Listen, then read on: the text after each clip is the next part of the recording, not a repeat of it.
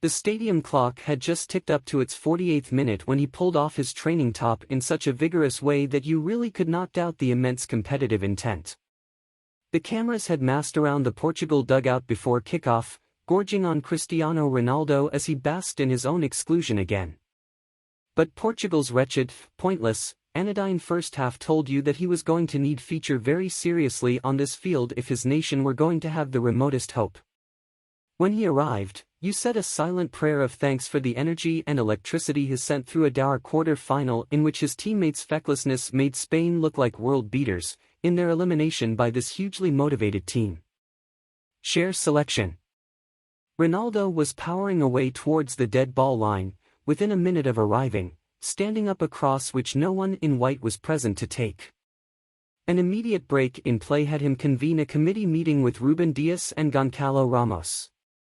The instructions, hollered above the searing whistle of the Moroccan fans who howled at the very sight of him, were basic. Portugal would play a quarter at the top of the pitch, with him at the core of it. Football has a habit of making fools of us when we generalize, as we must, and Portugal's 6-1 in over the Swiss was presented as evidence that this king was dead. On hindsight, that assessment now looks wrong. We have reached a stage and standard of football which, by definition, requires moments of world class. In Portugal's case, something to break the vice-like hold on the game that the North African nation held. In Ronaldo's absence, no one had it. The world reflected those few nights ago that forward Goncalo Ramos and the whippet-thin winger João Felix were taking over the baton from him, though this match told a different story. The flames of both those players were extinguished in the face of such resilience. Ramos was anonymous.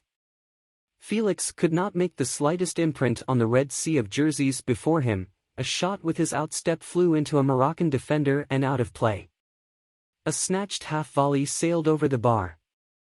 It was the man wearing a red number 7, Morocco's Hakim Ziyech, who shone a light across the first half.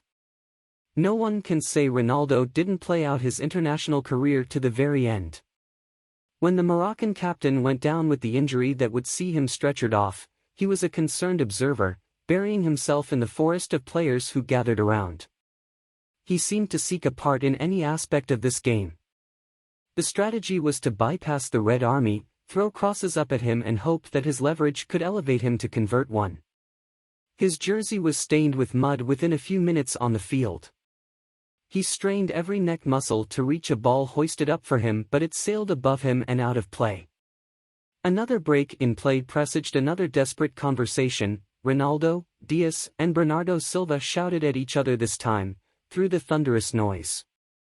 It was moments later that he thought he had cracked open the safe, easily laying a Silva ball back into the path of Felix. But the winger saw the insuperable keeper Bono rise and tipped the ball over the bar.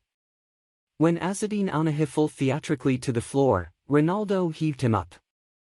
When a speculative pass was hit into the inside right channel, he left Jawad El Yemek dead as he accelerated on to a ball in the right-hand channel and fired off a low shot. Defenders ignored others as he dragged them into his orbit. When he leapt for a cross at the end, left Pepe unhindered and he put his header wide. It descended into a desperate business for a desperate team. The look in Portuguese eyes told you that they knew it was gone.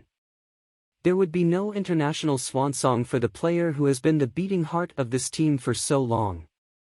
The world crowded in at the final whistle, Moroccan players wanting to console him, a lunatic fan wanting to embrace him. But he marched straight off the field, head down, in tears by the time he left the field. It was not supposed to end this way.